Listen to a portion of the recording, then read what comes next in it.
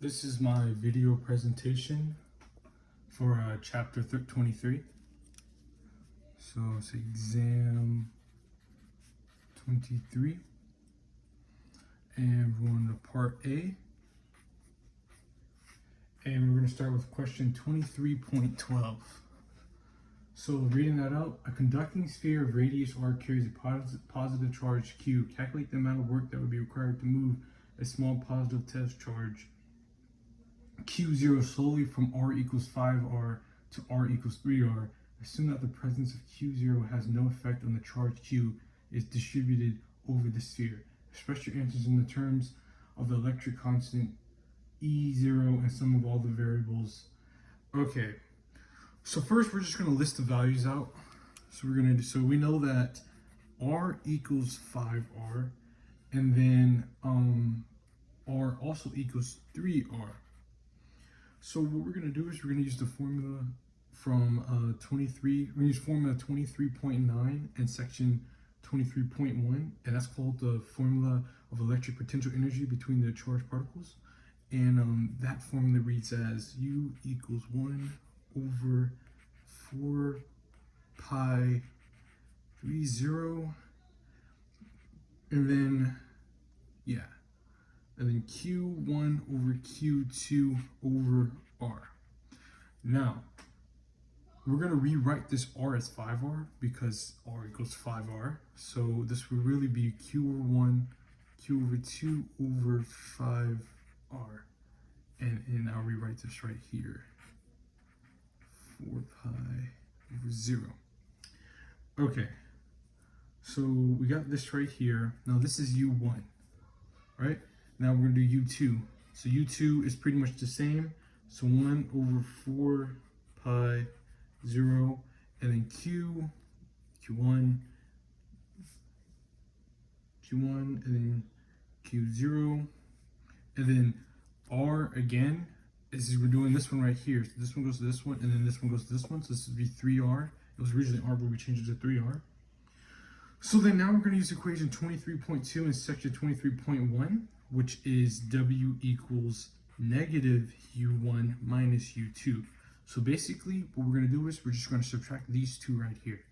So then we will get negative 1 over 4 pi 0 Q over 0, QQ0 5R. Remember, this is U1 like we just did over here. This is U1, and I'm going to subtract this again by 1 over 4 pi 0. This is QQ0 over 3R. And then this should give our answer W equals 9, QQ0 over 30 pi E0R. And that is your answer for part A. So again, we just changed the R's to 5R to 3R, and we subtracted it using this equation right here, and that's your answer. Now for part B. Can we read part B out for you?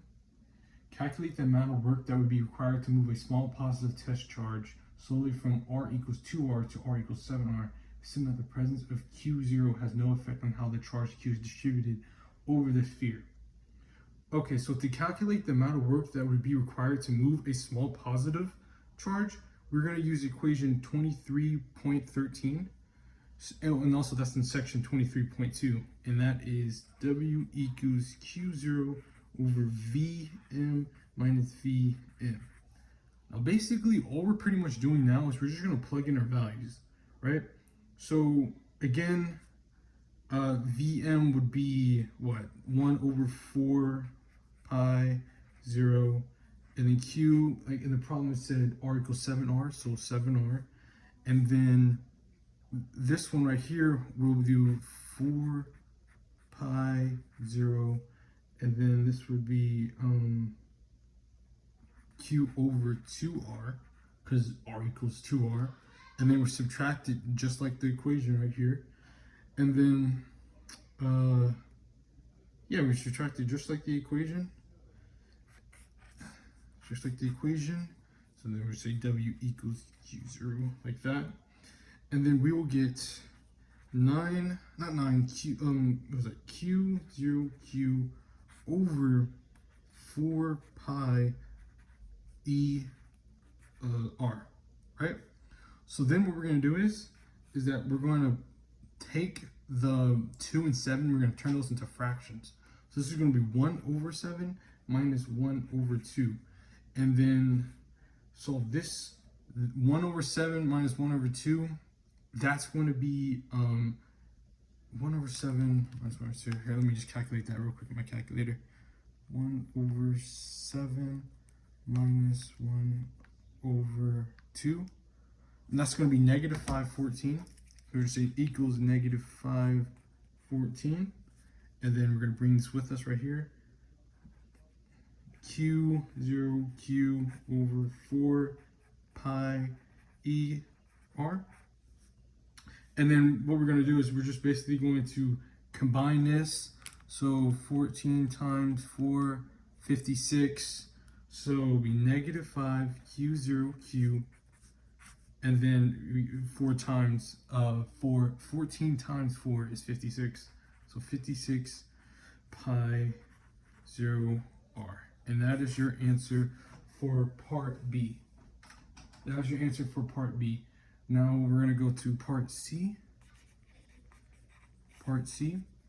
Calculate the amount of work that would be required to remove a small positive test charge solely from R equals 4R to R equals R over 2. Assume the presence of Q 0 has no effect on the charge Q is distributed over the sphere. Okay, so basically what we're going to do is that we're going to use the same equation from part A, which is, same equation from part A, which was, what was that equation from part A? Oh yeah, it was this one right here. We're going to use this equation. No, not this equation. We're going to use this equation from part A. I mean part B. We use this equation from part B. So then what we're going to do is we're going to do V equals KQ over, and in the problem it said R equals 4R, so 4R. So like we said, we know that R equals 4R, and then R equals R over R over 2. So what we're gonna do is we're gonna do VF R equals R over 2 that we got in the problem equals KQ over R over 2. And then that equaling that out, that'll give us VI equals 2KQ over R. Okay, so then after we do that, we're going to do, so I think now what we do now is we just basically plug everything in, I think. Yeah, we plugged everything in we plug everything in using this equation right here. So I'm going to write this equation again. W equals Q0 over F minus VI. Still the same equation, just different parts, different variables.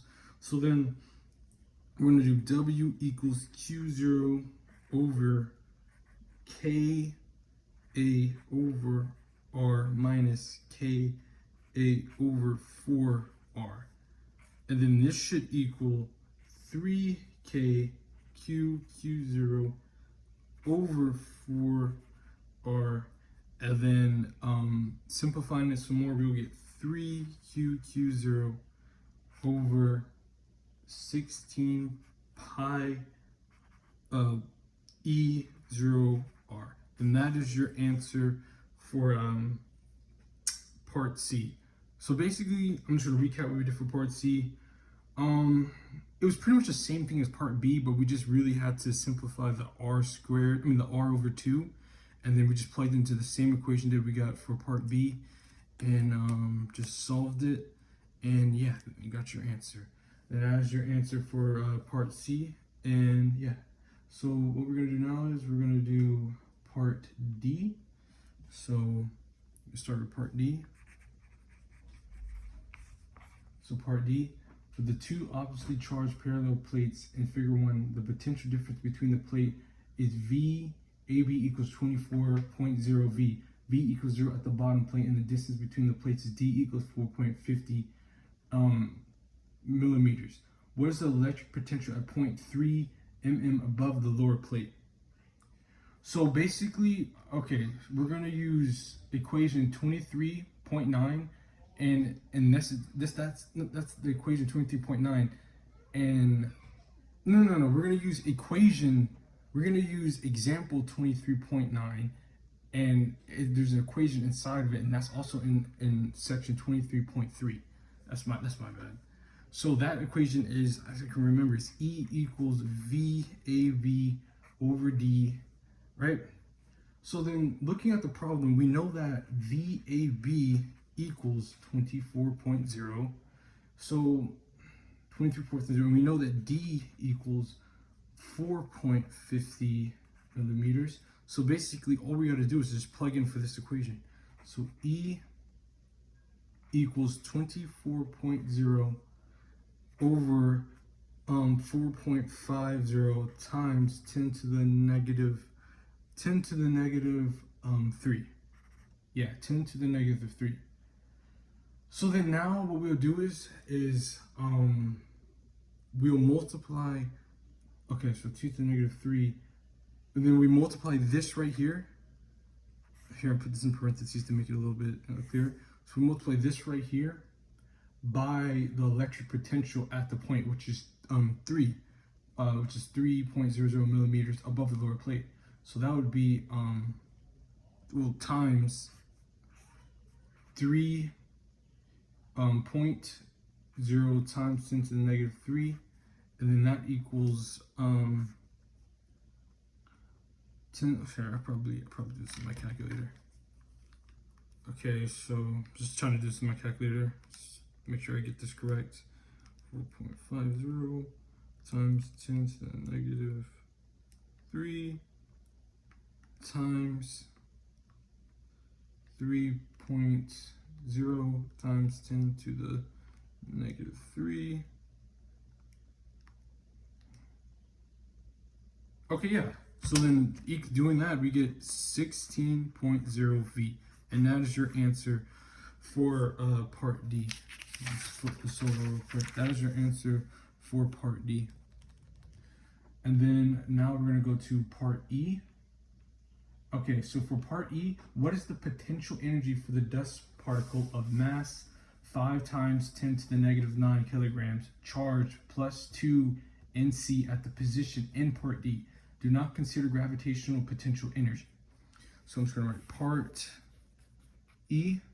So basically, to find the potential energy of the dust particle of the mass, we're going to use the equation W equals P times E.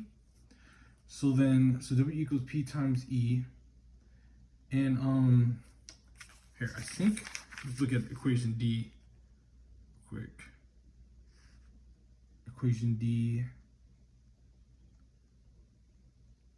Okay, yeah. Okay, yeah. So what we're gonna do is so that plus charge, so plus 2, will turn into 2 times 10 to the negative 9. That's what I was kind of getting confused on. So then we got PE equals 2 times 10 to the negative 9 times the answer that we got from, I believe that was part D. Yeah, it was 16. So 16, 0.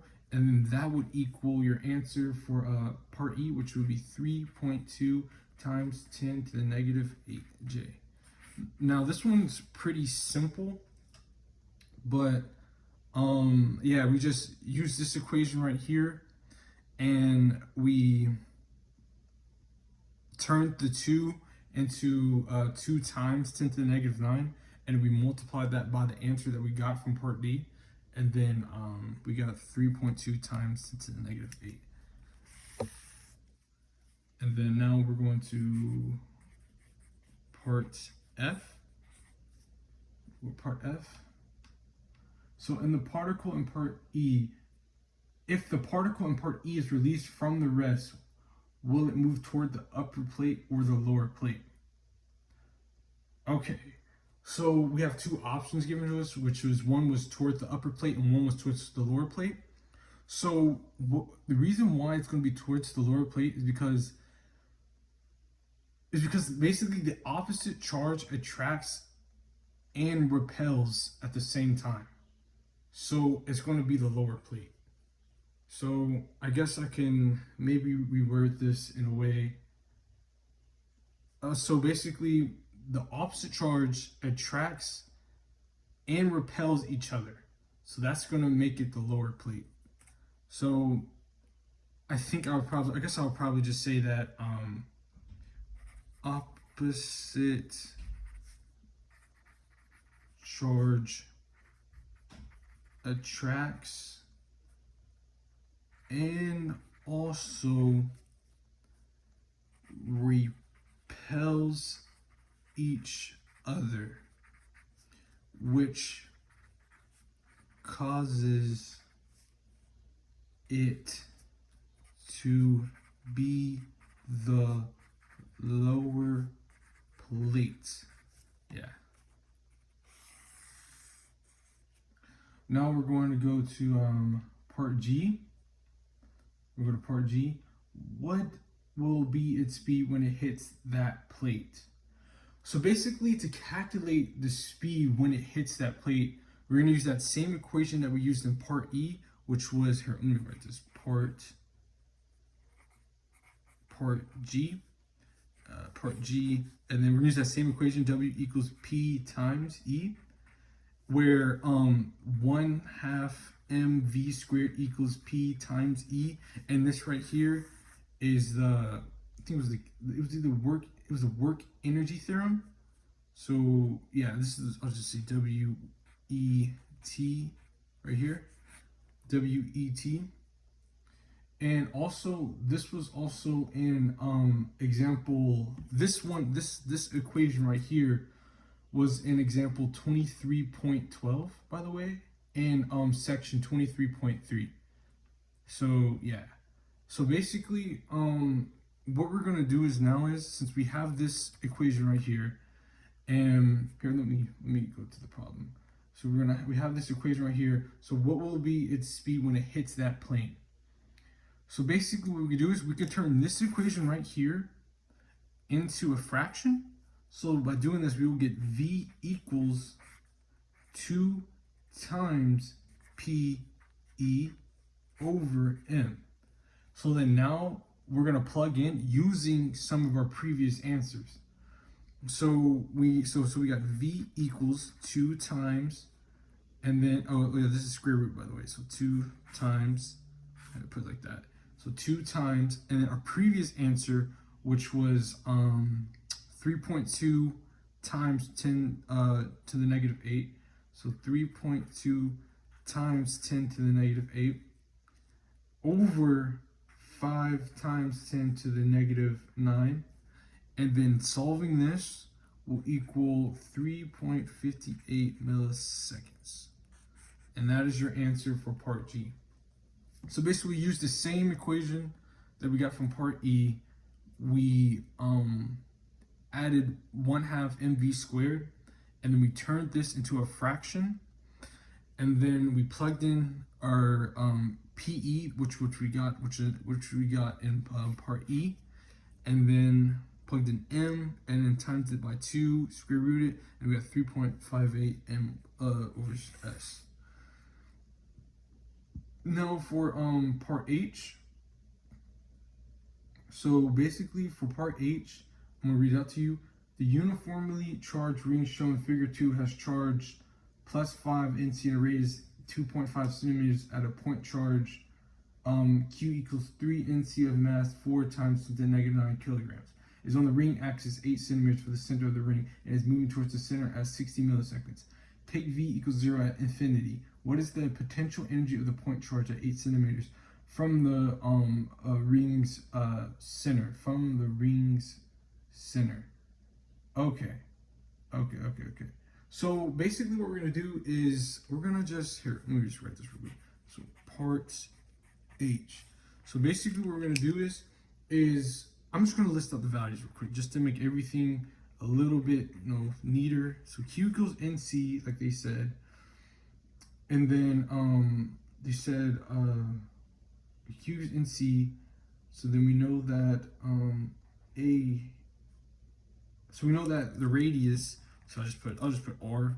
R equals 2.5 centimeters, and then we know that X equals 8 centimeters, and then we know that M equals 4 times 10 to the negative 9, and then we know that I have to write up here. V equals 60 milliseconds. Okay. So we're gonna use this. We're gonna use this equation that was in example 23.12 in section 23.3, I believe. Yeah, 20. So example 23.12 in section 23.3, and that equation was V equals KQ, and then square root of A squared plus X squared. So now basically all we're pretty much doing now is we're basically just gonna plug everything in. So yeah, we're basically gonna plug everything in. So we got 9 times 10 to the 9th times 5 times 10 to the negative 9th. And then we're gonna put 10 negative 2 over 2.5 to the 2 plus 8 squared, and then solving this, we're gonna get 5.36 times 10 to the 2, right? So I'm gonna move down to right here. Now we're not done yet. So now we have to multiply Q times V, right? So we just did V, right? So we have to multiply Q times V. So Q is 3 times 10 to the negative 9th, right? And then we just solve for V, so I'll just put it like this, kind of like that, just to make it a little bit neater. So 3 times that, so I'm just gonna put this in my calculator. So 3 times 10 to the negative 9 times 5.36 times 10 to the 2. And then we will get 1.608, but rounded up. So we will get 1.61 times 10 to the negative 6j. And that is your answer for part H. That was your answer for part H. Now we're going to scroll down to I. So what is the potential energy of the point change at the ring center? So basically the potential at the ring center is given. So it's part I. So the potential at the ring center will be V equals KQ over A. So basically we just plug in for this equation, right? So we know again K that we got from over here is 9 times 10 to the 9th, right? And then we're going to multiply it by 5 times 10 to the negative 9th, just like from part H. And then what we're going to do is A, which is 2.5 times 10 times 10 to the negative 3. And basically going to solve this.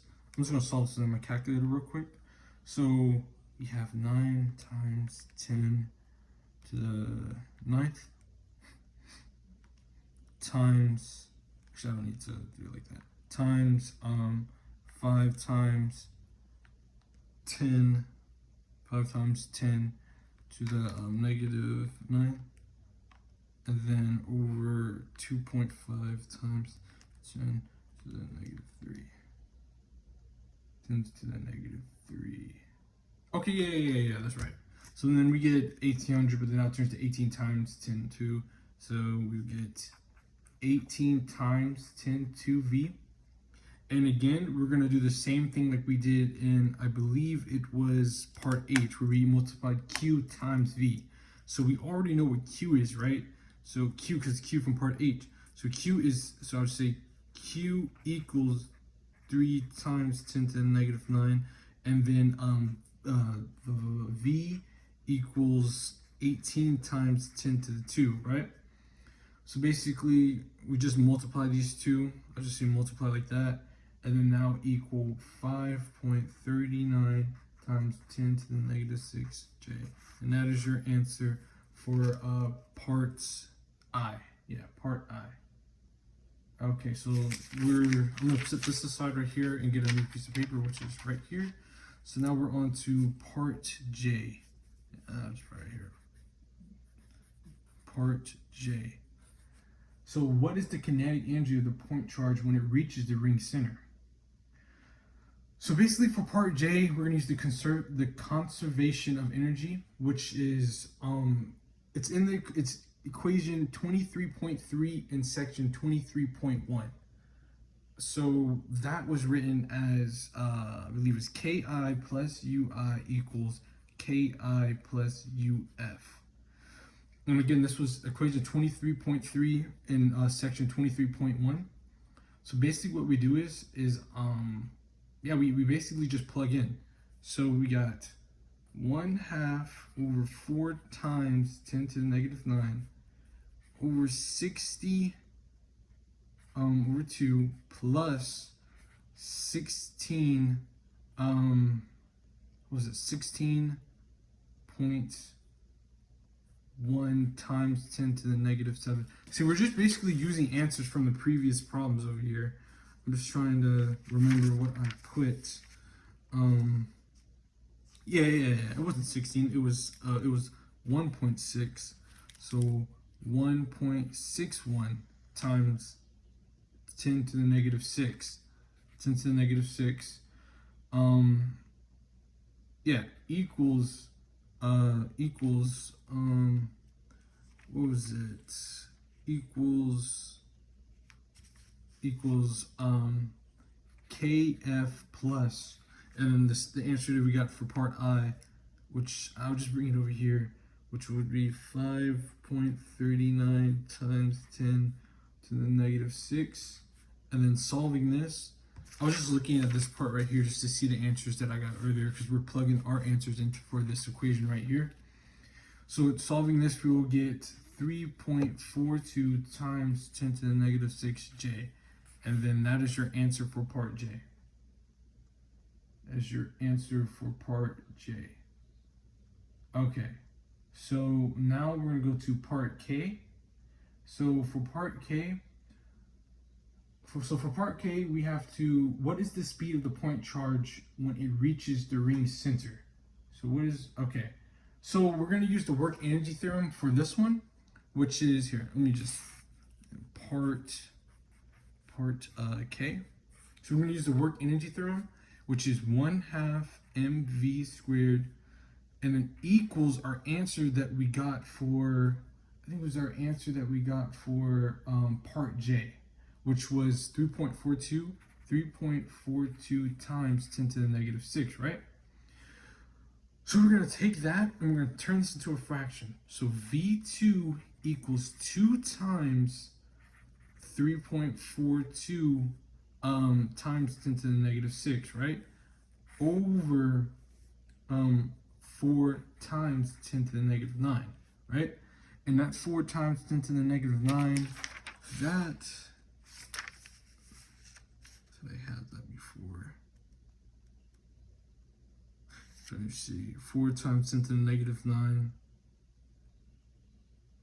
Okay, yeah. So 4 times 10 to the negative 9, and then that will equal 41.4 milliseconds, I believe. Milliseconds. Now for part K. So basically, part K was pretty easy. We just did the work energy theorem and turned it into a fraction and then plugged it in, and then that's basically it really, and then solved. And that's our answer for 41.4 milliseconds. Now for part L. Positive charge Q is distributed uniformly along a rod of length L that lies along the x-axis from x equals L to x equals 2L. How much charge is contained within a segment of the rod length dx? Okay, so basically the total charge Q is uniformly distributed along the rod of the length L. So basically what we can do is we can, here I'm just gonna write part L. Part L. So basically, we're going to use wavelength equals Q over L, right? So then we know that oh yeah, okay. So Q over L, right? Q over L. I'm just trying to think what I was supposed to do next. So then we also know that dx contains a charge dq, right? So we can kind of say dq equals the wavelength formula, the wavelength symbol equals not equals dq dx, right? So then what we're gonna do next is we're gonna substitute. I have to say substitute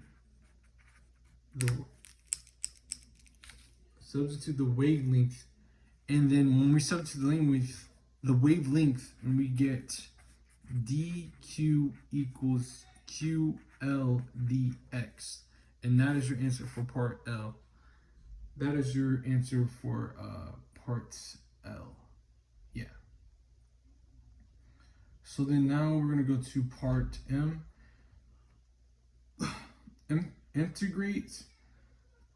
Define the total electric potential at the origin, x equals 0 due to the rod. Express your answer in terms of the electric constant E0 and variables QL. Okay, so this is the last part that we have to do. So this is part M, right? Part M. So now what we have to do next is we just have to integrate it, right? So, okay, so right now we basically have to integrate it. So the electric potential dV at the origin due to a charge is located at a distance x from the origin, right?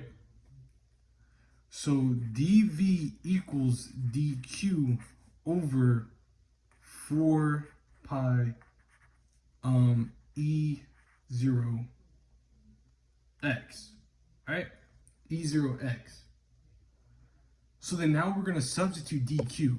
So we'll do dV equals 1 over 4 pi E0, and then substitute dq, so QL times dx over x.